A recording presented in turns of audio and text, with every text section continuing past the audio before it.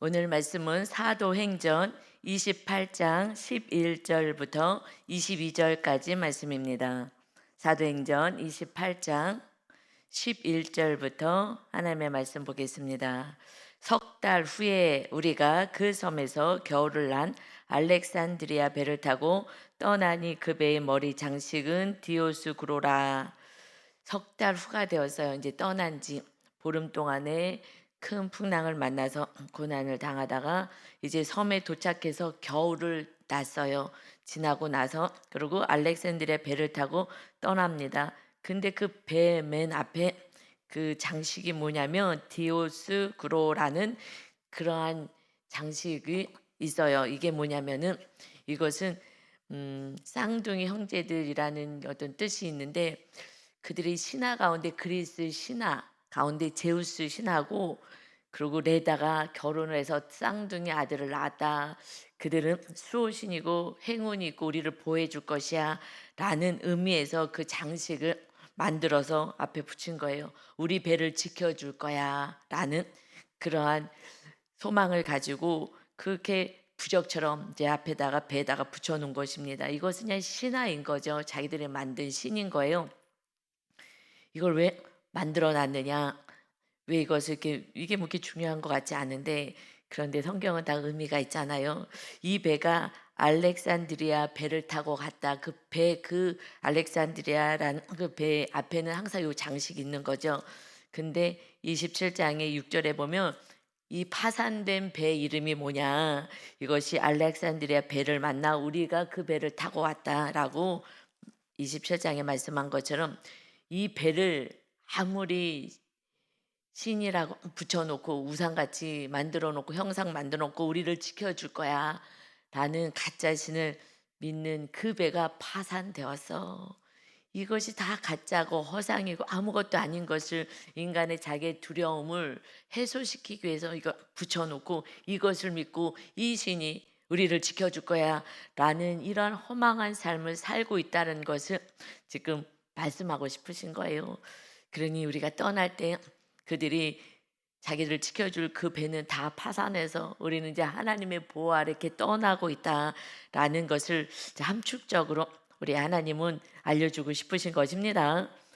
근데 이 시대에도 이렇게 과학이 문명이 발달된 이 시대에도 점을 보잖아요. 점을요. 많은 뭐 젊은이들이 뭐 지금 뭐 점장이 엄청 많이 점을 봐요. 그런데 공부를 많이 한 고위직들이 점을 많이 본대요. 그들이 그냥 공부만 하는 거 공부만. 그래서 더 두려움, 더 책임감이 높은 직책에 오르면 오를수록 이걸 바르게 선택을 해야 되기 때문에 늘 이렇게 점 보고 이런 일들을 더 많이 한다고 하잖아요. 국회의원들이 뭐 어떻게 해야 됩니까? 그럼 내가 됩니까? 안 됩니까? 이런 모든 것들이 정말 너무 허망한 거죠. 그냥 하나님을 모르고 그냥 이 자기의 불안, 두려움을 해소하기 위해서 그냥 부적 하나 써놓고 점쟁이가 하라 그러면 따라하고 그냥 마귀한테 속아서 사는 그 인생인 거예요. 그러니 지금 이렇게 불쌍히 이 배머리 거기다 아무리 붙여놔도 소용없고 창조주 하나님이 우리 예수님 보내주셔서 우리와 함께 하시길 원하십니다. 우리 인생의 주인이 되셔서 우리를 이끌어가길 원하시는 거예요. 이것을 말씀하길 원하셨고요. 그러고 나서 이제 로마로 가는 그 여정을요 잘 이렇게 기록해 놨어요. 13절까지 12절에 수라쿠사에 대고 이제 사흘을 있어요. 그쪽에 대서 이것은 이제 떠나서 이제 북쪽으로 로마로 향하는데 시슬리 섬의 수도에 거기서 잠깐 머물러서 뭐 기름도 넣고 뭐 이렇게 했겠죠. 그리고 이 배가 다시 거기서 둘러가서 레기온에 이르렀어요. 이제 이탈리아 남부 쪽에 이제 마침내 도착을 하고 거기서 하루를 지낸 후 왜냐하면 이 바람이 남풍이 불어야 되기 때문에 그래서 잠깐 멈춰서 바로 가지 못하고 남풍이 일 때까지 그래서 그쪽으로 잘 순행할 수 있도록 남풍이 불 때까지 기다리는 거예요. 기다렸다가 마침내 하루 만에 이제 남풍이 부는 거예요. 그래서 이튿날 보디올에 이르렀다. 이 보디올이 마침내 이제 로마에 갈 수 있도록 그 나폴리 항구에 지금 도착을 한 거예요. 이제 여기서부터는 이제 육로로 가는 거예요. 그러니까 마침내 이 배를 타고 보디올까지 무사히 무사히 갈 수 있었던 거는 남풍 때문이죠. 하나님이 바람을 정말 잘 불어 주셔서 로마로 갈 수 있도록 배가 잘 갈 수 있도록 인도하셨습니다. 그런데 여러분 여기까지 오는데 얼마 걸렸어요?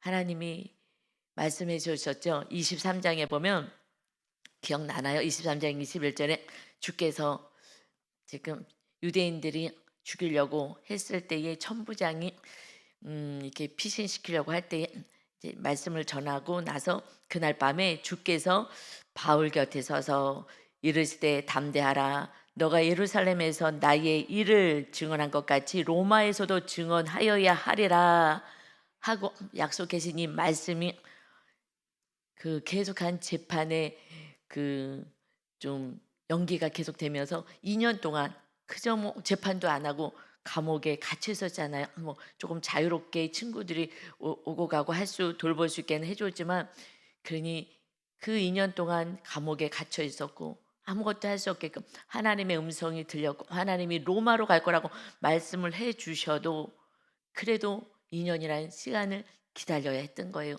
그리고 또 풍랑이 일어서 정말 간신히 지금 이 섬에 도착해서 그리고 다시 출항하지 않았습니까? 그러니까 하나님의 사명을 가지고 말씀을 듣고 가는 그 길이 순탄하지만 않은 거예요. 그렇긴 하지만 그러면 왜 이거를 순탄하게 안 하느냐? 어차피 우리는 영혼 구원에서 살아가는 거예요. 근데 그 가정 속에서 그 총독들에게도 또 새로 부임한 총독에게도 복음을 전하고 가는 곳마다 계속해서 복음을 전할 수 있도록 또 이 섬에 가서 그 섬에서도 복음을 전했잖아요. 복음을 전하고 하나님의 살아계심을 전하고 그러니 이 시간이 지체되는 것 같아. 근데 우리 정말 최종 목적지는 로마가 아니라 우리는 지금 영원한 천국입니다. 천국 가는 기간 동안 멈추기도 하고 풍랑도 일어나고 왜 풍랑이 일어나는 거야? 그러나 그 풍랑 속에서 하나님이 살아계심을 또 경험하고 배가 부셔져서도 하나님이 너의 생명 하나도 잃어버리지 않을 거야. 그대로 이루어진 걸 보고 정말 이 신이 진짜 신인가 보다. 그런데 또 도착했을 때 또 독사가 또 물었어요. 야, 저 살인자 드러났네. 저 죄인이라는 걸. 그랬는데 아무 일도 없이 하나님이 다 치료해 주심을 통해서 하나님이 살아계심을 또 증거하고 그러니까 가는 곳마다 독사에도 물리고 풍랑도 일어났지만 지나고 나면 그것을 목도하고 하나님이 함께 하신 것을 회복시키는 것을 보는 가족과 이웃과 무리들 섬에 있는 그들까지도 하나님이 살아계심을 보여주는 사건이 된 줄 믿습니다.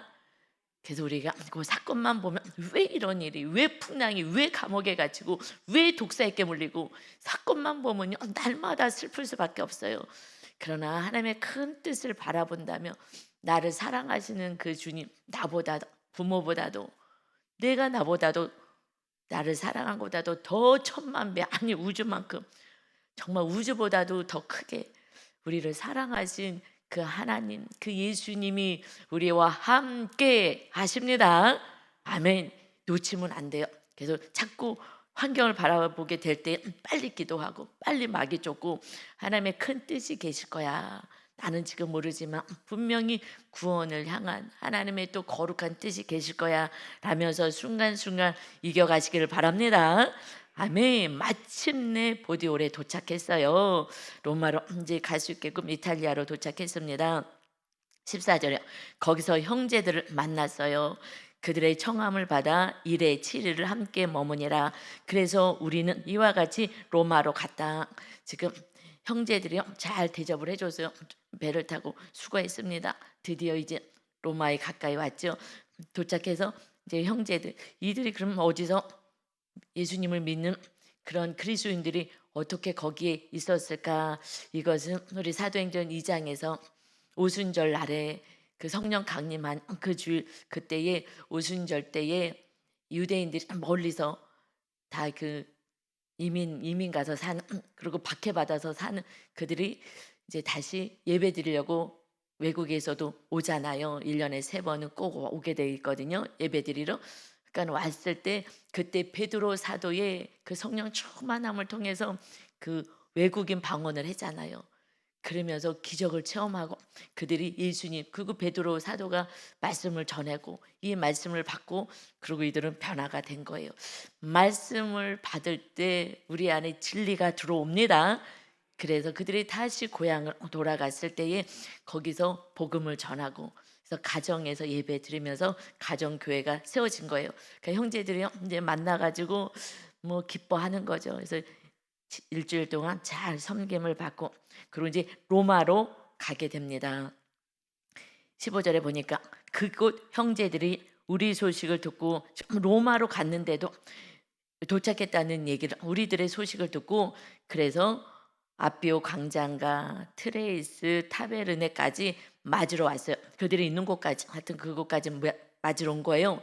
바울이 그들을 보고 하나님께 감사하고 담대한 마음을 얻으니라.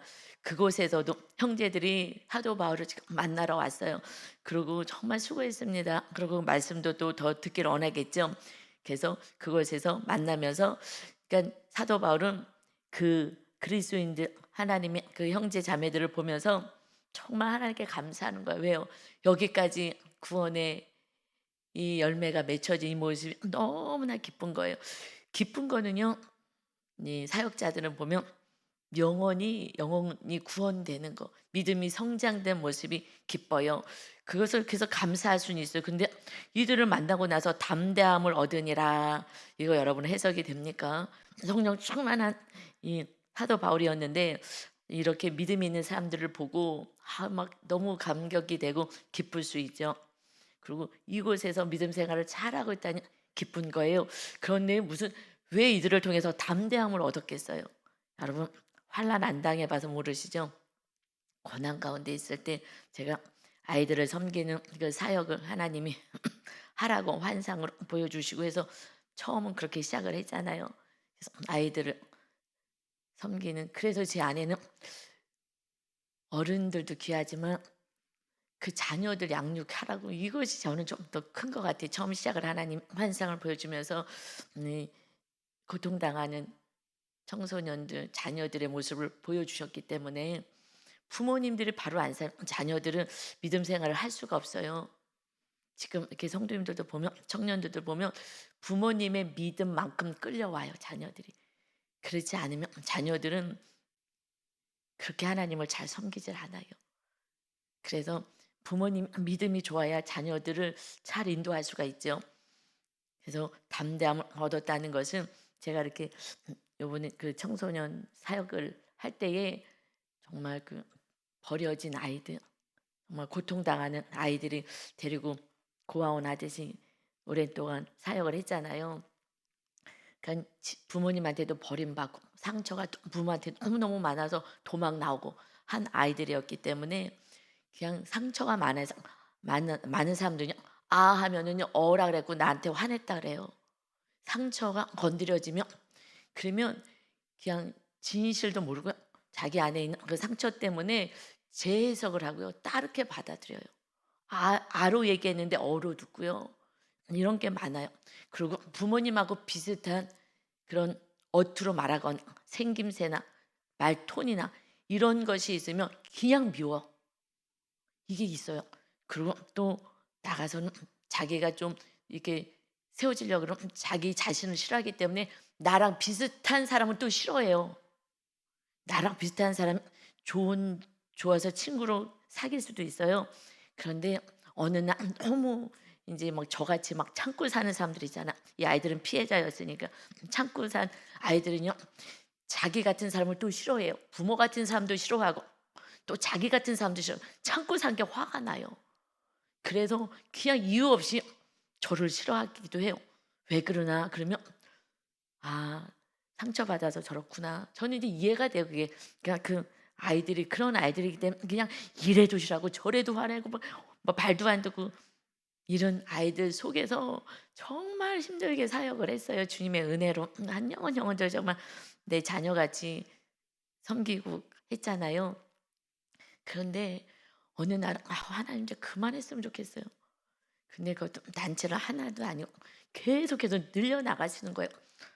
어느 날은 도청에서, 이 시청도 아니고 도청에서 인제 점검을 나온 거예요. 별로 나오진 않는데 어떻게 그냥 나갔다가 한번 구경, 한번 여기 단체 가 보자고, 청소년 단체 가 보자 해서 시청에서 모시고 왔어요. 그랬는데 인제, 그리고 이제 난 인사하고 이렇게 소개하고 인제 보여드리 우리 집 보여드리고 그러고서는 왔는데, 나중에 연락이 왔어요. 또 하나 더 해 달라고. 근데 그때만 해도 벌써 한 4 개인가를 하고 있었기 때문에 너무 힘든 거예요. 그래서 일단은 "왜 더 하라고 하냐." 그래서 전화를 했어요. 했더니 지금 우리가 너무 많다." 그랬더니 "하나만 더 해 주세요." 제가 가서 봤어요. 제가 여러 군데 다 다녀서 봤는데, 이제 충남에 있는 단체들을 봤는데, 저희는 이제 선생님들이 기도하시고 믿음 좋은 선생님, 전도사님 이렇게 뽑아서 선생님으로 섬겼잖아요, 아이들을요. 근데 아이가 학교를 갔다 왔대요. 저는 그 장면을 못 봤어요. 정신없어 이번 잘 소개하느라고. 근데 그 도청 그 직원이 얘기를 해요. 아이가 교복을 입고 학교 갔다 왔는데 그 앞에 그 선생님, 집사님이 밥해 주시는 집사님이시거든. 그 집사니까 선생님이죠. 그분이 애를 앉혀 놓고 생선을 가시를 다 발라서 그 아이 수저에다가 얹어 주는 걸 봤습니다. 이렇게 사랑으로 하는 단체가 나는 못 봤습니다.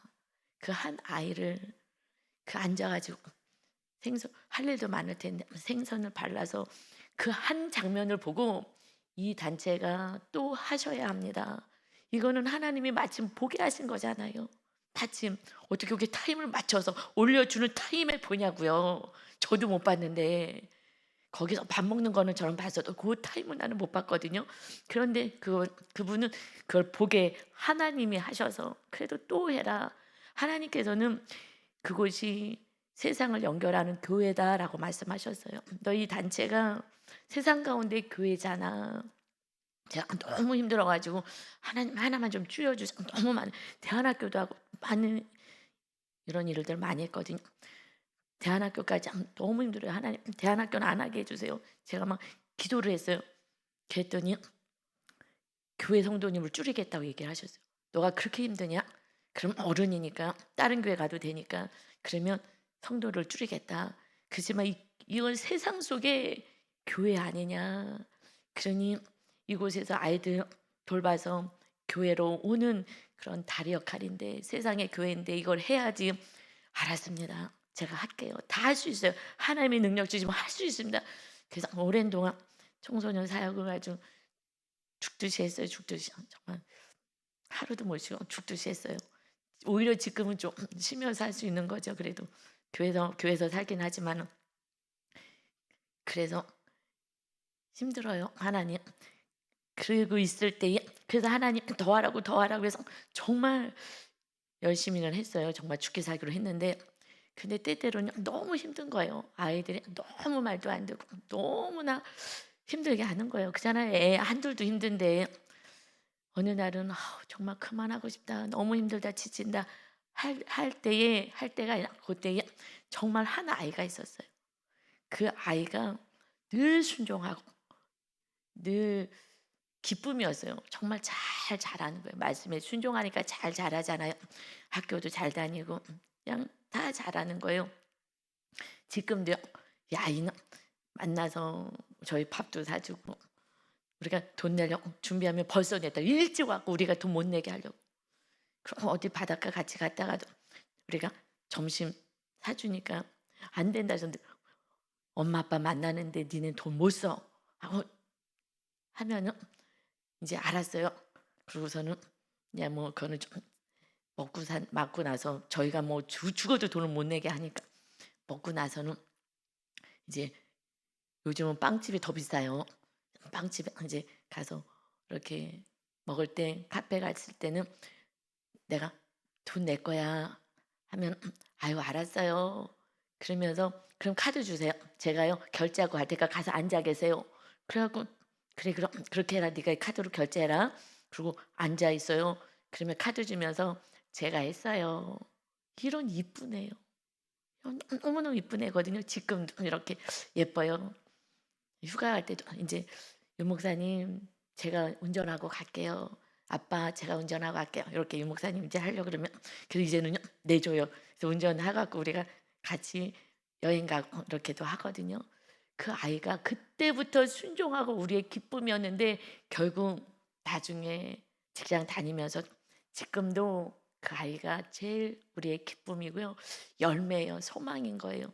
아이가 잘 살고 걱정하지 마세요. 신앙생활 잘하고 있으니까 걱정하지 마세요 하면서 이쁜 아이.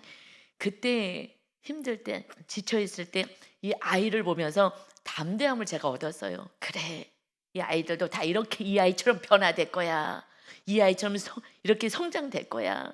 하나님을 잘 섬기는 아이가 될 거야 하면서 좌절할 때마다 지칠 때마다 이 아이를 보면서 그래. 저 아이들도 어느 날은 저렇게 성장될 거야.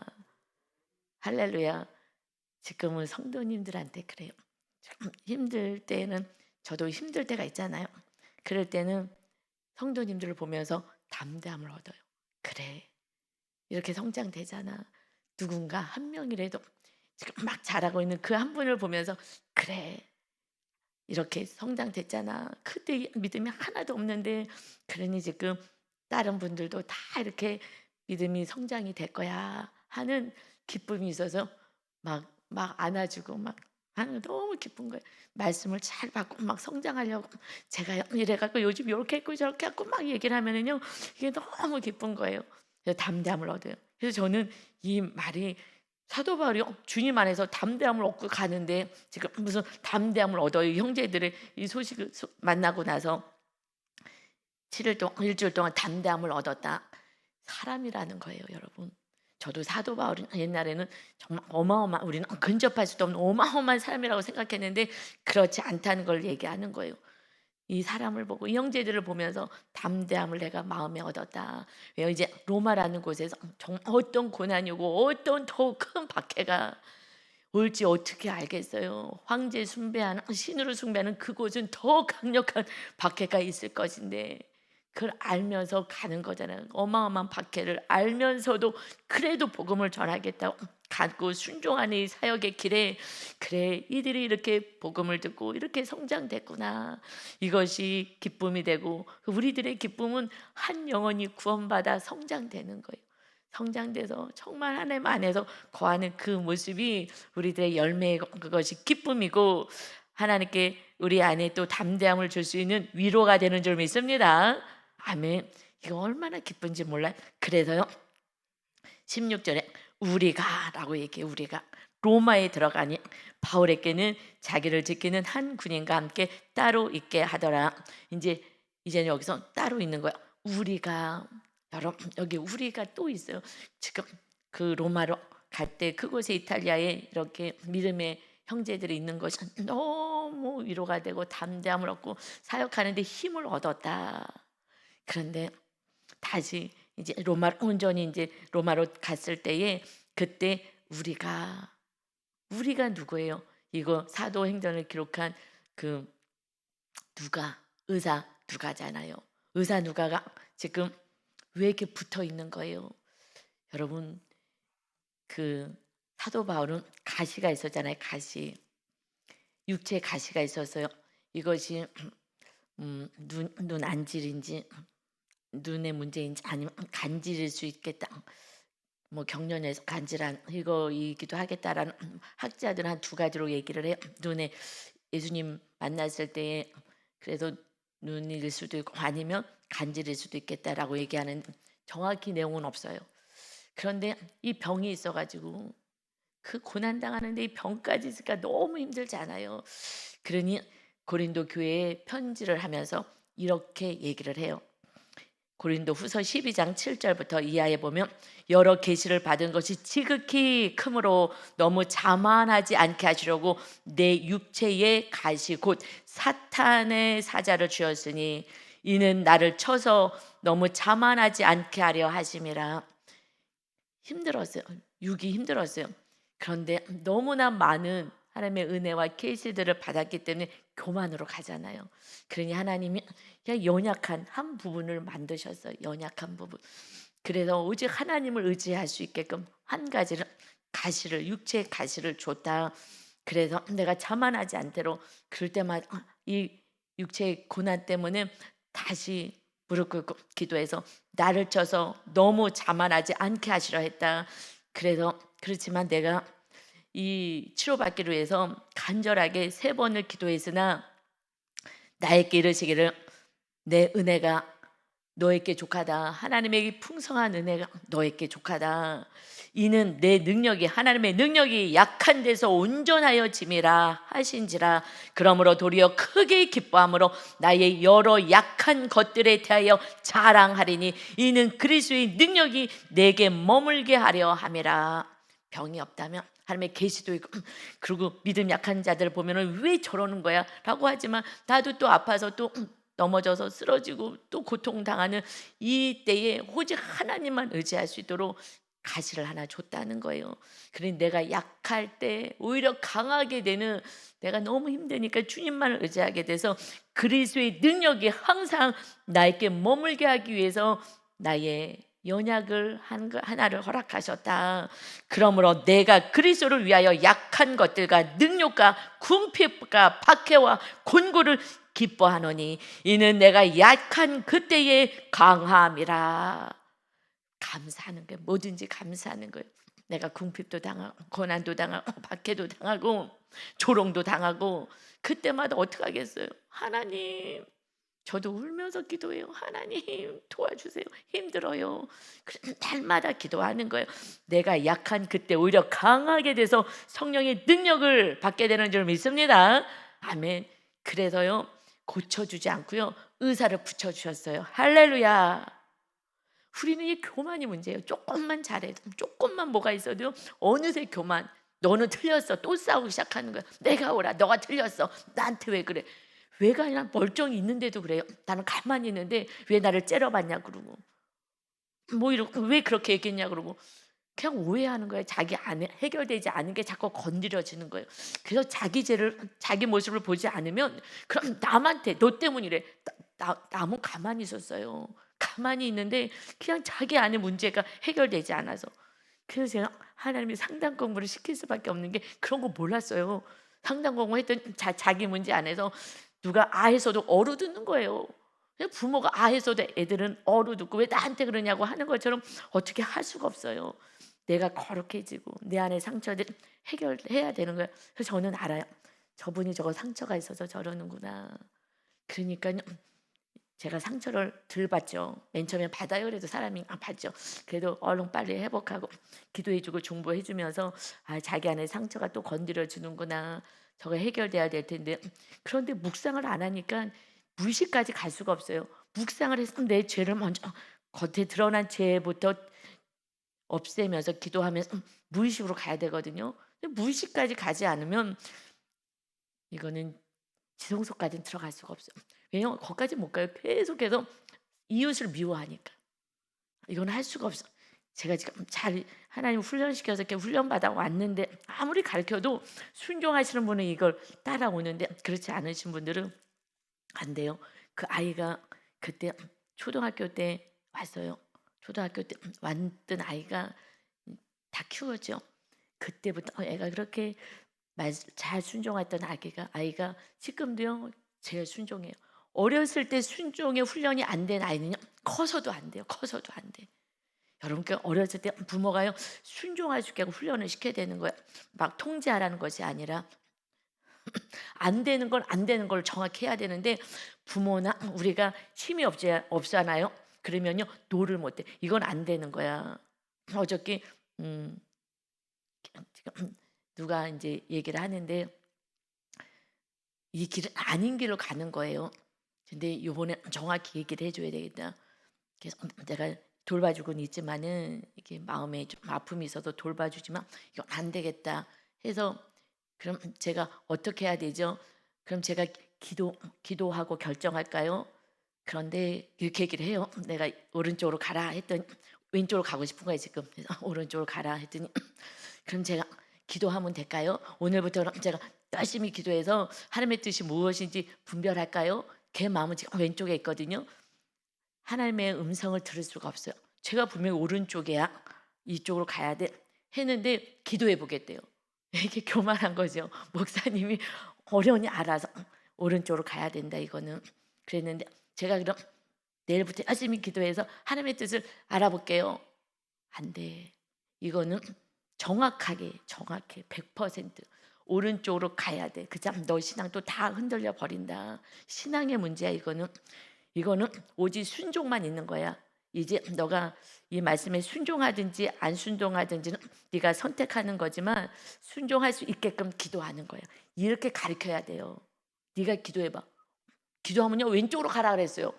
말도 안 돼. 마귀한테 거짓 잘못 듣고 얘기하죠. 100% 오른쪽이면 알려줘야죠. 정확히.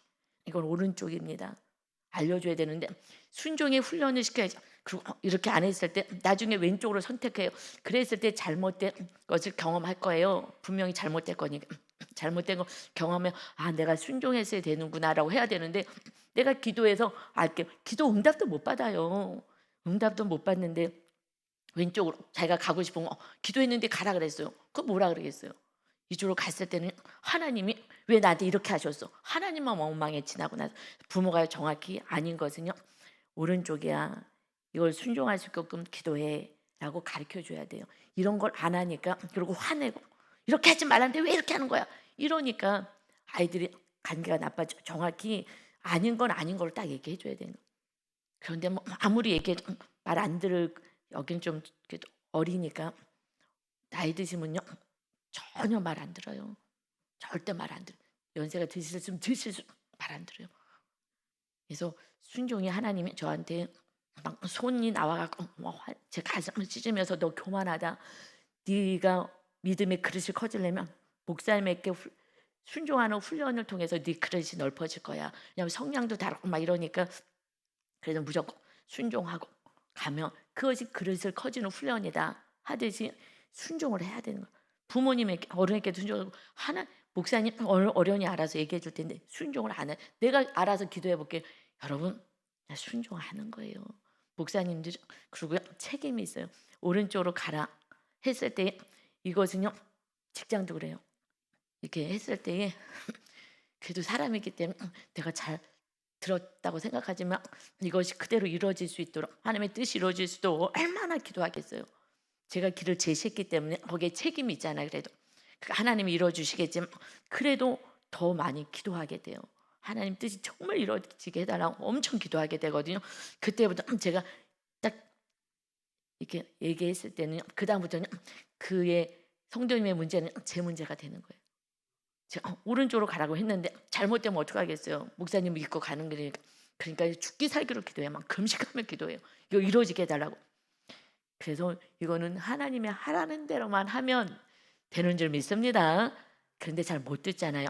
그래서 날마다 묵상하면서 하나님 어떻게 할까요? 기도가 훈련이 돼야 돼요. 저는 아이들 돌보는 일을 하면서 오랫동안요. 하나님 어떻게 할게? 하루 왼종의 기도가 하나님 어떻게 할까요? 아이들이 뭐 늘 새로운 애들이 수시로 뭐 경찰도 됐고 뭐 이렇게 됐고 많이 오니까 어떻게 할까? 애들을 모르니까 애들의 상태를 정확히는 내면도 모르고 어떻게 할까요? 어떻게 그게 기도였어요. 90% 이상이 하나님 어떻게 할까요? 하나님 어떻게 할까요? 이걸요 계속해서 훈련해서 지금도 어떻게 할까요? 그냥 무슨 일만 어떻게 할까요? 그래서 그거 들을 때까지 그냥 기도하는 거야. 하나님 어떻게 할까요? 하나님 어떻게 할까요? 하나님이 주신 마음이 내 마음하고 딱 맞을 때는요 다시 기도해요. 내 뜻을 가지고 하나님의 뜻이라고 생각했을까 봐. 그래서 그때는 3-4번 기도해요. 내 뜻이 똑같이 와. 그러면 다시 기도해요. 3번을 기도해요. 내가 원하는 대로 내가 생각할 수 있으니까. 근데 반대로 내가 원하는 것보다 반대가 딱 왔을 때 그때는 바로 그냥 해요. 반대니까. 그래서 내가 원하는 그 뜻으로 가게 될 때는 3-4번 기도해서 정말 하나님의 뜻인지 알려고 몸부림쳐. 그렇다고 제가 뭐 100% 알겠어요? 그렇다고는 생각하지 않아요. 그거는 교만한 거고요. 저도 틀릴 수도 있지만 그래도 그렇게 몸부림치고 기도하기에 맨 처음에 잘못 제가 갔다라도 하나님의 방향을 틀어서 이렇게 바른 길로 가게 할 줄 믿습니다. 하나님께 제 삶을 맡긴 거니까 하나님이 바른 길로 인도하시죠. 중요한 거는 하나님께 내 삶을 맡겨서 어떻게 할까요? 작은 것도 방배치도 학원 보내는 것도 늘 기도해서 어떻게 할까요? 이 학원 보내는 게 맞습니까? 이래서 겸손한 훈련을 하나님이 오래 시키셨어요. 이것이 우리가 하나님 앞에 나가야 될 그 방향인 줄 믿습니다. 아멘. 그래서요 이렇게 사도 바울에게 붙여줬어요. 그 정말 겸손하게 하기 위해서 붙여주시고 그리고 이 의사를 붙여주는 거예요. 왜요? 우리는 조금만 있으면 교만해. 내가 오라. 내 뜻대로 할 거야. 이게 교만이잖아요. 내 뜻대로 하겠다는 게 교만이잖아요. 하나님의 뜻에 순종해야 되는데 이게 어려운 일인 거예요. 이게 아이들도 그래 어렸을 때부터 잘 훈련시키시기 바랍니다. 커서는 어렵지만 그래도 괜찮아요. 부모가 그동안 내가 잘못했다, 잘못 양육했다라고요. 정확히 용서를 한번 구하면 돼요. 이제는 내가 바르게 하려고 그래. 저도 아들한테 그랬거든요. 내가 잘못 가렸다. 그 아이에게도 그러고 우리 내가 키웠던 그 아이들에게도요. 내가 미안하다고 얘기했어요. 내가 더 말씀대로 했어야 되는데 그때 목사님 믿음 좋아하잖아요. 아니야. 예배는 열심히 나오게 했지만 묵상 열심히 하게 하고 그랬지만 내가 진짜 믿음 서로 사랑 이건 몰랐어. 너희들 끝까지도 사랑하고 하나님의 나라를 세워줘야 되는데 교회 예배 열심히 드리는 여기에 갔어요. 이거는요 기초예요. 예배 열심히 나가는 기초예요. 거기서부터 이제 다시 하나님의 나라가 완전히 세워지는 데까지 아이들을 양육했어야 되는데 거기까지는 그때는 잘 못했어요. 그래서 내가 제대로 양육 못해서 미안하다라고 하고 이제부터 만날 때마다 내가 만난 예수님 하나님의 나라를 이제는 전하기 시작해요. 하나님의 나라 심령 안에 세워져야 되는 거야. 진짜 거듭난 자 하나님의 거룩한 자녀로 사는 삶 이제는 가르쳐요. 그래서 제가 다 용서를 구했어요. 내가 믿음 약했다. 그때 온전한 믿음이 아니었다. 미안하다. 그래서 너희들께 상처를 많이 준 것 같아. 미안해. 신앙도 바르게 가르치지 못했어. 미안해. 이거 아이들에게도 다 했어요. 그거는 자존심 상하는 일이기도 했나. 저는 최선을 다했었으니까 그때 상태. 그렇지만 하나님의 나라 이 본질을요 제가 잘 몰랐어요. 그때까지만 해도 이 교회 오면서부터 이제 양육 교재 만들고 뭐 하면서 하나님께서 훈련을 어마어마하게 시켰어요. 힘들었어요. 정말 힘들었어요. 눈물 많이 쏟았어요. 그런 성도들을 많이 보냈어요. 약간 저를 훈련시키는 그런 성도들. 그래서 훈련 많이 이런 분처럼 보내셔서 훈련시키고 떠나고 훈련시키고 떠나고 이렇게 하시면 변화 안 돼요. 왜냐면 본인들의 모습을 안 보기 때문에. 그래서 지금 우리 교회도 우리들이 있어요. 우리도 저와 하나가 되어서 정말 교회를 온전히 경관 교회로 세우고 한 영혼들을 하나님의 나라로 세우려고 하는 그런 우리들이 있어요. 우리 너무 감사하죠. 너무 감사하죠. 이분들 때문에 제가 소망을 가지고 오늘도 또 이렇게 심차게 말씀을 증거하는 줄 믿습니다. 아멘. 17절이요. 사흘 후에요. 바울이 유대인 중 높은 사람들을 청해서 유대인들 청합니다. 그들이 모인 후에 이르되 여러분 형제들아 내가 이스라엘 백성이나 우리 조상의 간섭을 배척한 일이 없는데 예루살렘에서 로마인의 손에 죄수로 내어준 바 되었으니 로마인은 나를 신문하여 죽일 제목이 없으므로 석방하려 하였으나 유대인들이 반대하기로 내가 마지못하여 카이사에게 상소하며 내 민족을 고발하려는 것이 아니니라. 내가 여기 와서 무슨 큰 죄가 있어서 온 것처럼 보일까봐 아니다. 내가 이 민족을 우리 유대인들을 고발하는 것도 아니고 이것은 내가 죄가 없다는 것이 다 판명됐는데 내가 이쪽에 보내진 것이다. 그렇게 얘기했을 때 이러므로 너희를 보고 함께 이야기하려고 너희를 청하여 불렀다. 그런 이스라엘의 소망으로 말미암아 내가 이 쇠사슬에 매인 바 된 거야. 나는 오직 내가 죄가 있어서 그런 것이 아니고 내가 유대인들을 지금 고발하고 하는 것이 아니다. 이스라엘의 소망, 우리들의 소망, 메시아 때문에 내가 쇠사슬에 매어서 이게 지금 죄수의 몸이 된 것이다. 이스라엘 소망은 메시아잖아요. 그런데 그 메시아가 예수였고 예수님이 부활하셨다는 이 얘기 때문에 지금 고난을 당하는 거예요. 예수님이 부활하셨어. 이것이 이제 막 다 죽이는 거예요. 스데반 죽이고 다 죽이는 거. 예수가 부활하지 않았어. 여러분 세상 사람들이 제일 듣기 싫어하는 거, 그리고 교회 다니는 사람들도 듣기 싫어하는 거 부활이에요. 부활. 내가 이 세상에서 지금 열심히 잘 먹고 잘 살아야 되는데 맨날 듣기 싫게 천국 얘기나 하고 부활 얘기나 하고 이 세상에서 우리가 어떻게 지금 내가 잘 먹고 잘 살아야 되는데 듣기 싫은 거예요. 여러분 정확히 아십시오. 부활 얘기 듣기 싫어요. 천국 얘기 듣기 싫어요. 내가 이 땅에서 지금 얼마나 꿈이 많고 내가 할 것이 많은데 내 계획이 많은데 지금 맨날 천국 얘기나 하고 있어. 이걸요 성도님들도요 성도님보다 교인들이 듣기 싫어요. 교회 나오시는 분들이. 성도는요 거룩한 자, 성령이 전이 된 분이 거룩한 자, 성도가. 교인들은요 듣기 싫어해요. 왜 자꾸 이 세상에서 어떻게 잘 살아야 되는지 그걸 얘기해 주진 않고, 위로는 안 해주고, 왜 자꾸 예수 부활 얘기하는 거야? 왜 자꾸 천국 얘기만 하는 거야? 이 세상 사람들 중요하고 지금 먹고 살고 바쁜데 나중에 나이 들어서 죽을 때 그때 얘기를 뭐 자꾸 하는 거야. 관심이 없는 거예요. 그 하나님의 나라가 우리가 세워져야 된다는 말씀인데, 그런데 관심이 없어 죽어서 가는 천국만 생각해요. 천국은 여기 저 있다, 너희 안에 있느니라. 여기 있다 저기 있다 할 것이 아니라 너희 안에 있느니라. 아멘. 천국을 세우라고 얘기하는 건데, 천국 얘기하면요 그냥 먼 얘기를 얘기하고요, 정말 영적으로 너무 우매한 것 같아요. 너무 안타까워요. 복음을 너무 그냥 육적인 복음으로 받은 것 같아요.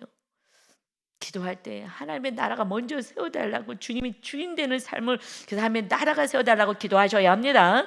아멘. 그래서 그들이 이르되 우리가 유대에서 내게 대한 편지도 받은 일도 없고, 또 형제 중에 누가 와서 너에 대해서, 바울에 대해서 좋지 못한 것을 전하든지 이야기한 일도 없느니라. 이에 우리가 너의 사상이 어떠한가 듣고자 하니 이 파에 대해서, 그러니까 예수파를 얘기하는, 예수파에 대해서 어디서든지 반대를 받는 줄 알기 때문이라 하더라. 내가 좀 들으려고 한다, 예수에 대해서 좀 들어보겠다 하고 이들이 이제 올려와서 오겠다, 와서 듣겠다라고 얘기해요. 이 예수는, 예수를 전하면 어디서든지 반대하는 줄 내가 안다. 예수를 부인하고 싫어하는 거예요. 늘 제가 설교하지만 하나님은 좋아해. 축복 주실 하나님, 창조주 하나님, 전능하신 하나님은 좋아. 예수님은 싫어. 십자가 지라고 자꾸 싫어. 예수님을 따라 살 수 없어. 이렇게 살아간다는 거예요. 그래서 예수님 싫어해요. 십자가 설교는 싫어하는 거예요. 예수님 오직 십자가 지지 않으면 천국에 올 수 없다고 말씀하셨는데, 여러분 우리가 정말 예수님을 믿고 한 영혼의 구원을 위해서 끝까지 용서하고 사랑하여 하나님 나라 백성으로 세우는 축복의 통로가 되시기를 예수님의 이름으로 축원합니다. 아멘. 아버지 하나님 감사합니다. 이스라엘의 소망이, 온 인류의 소망이신 예수님이 하나님의 아들이 오셨습니다.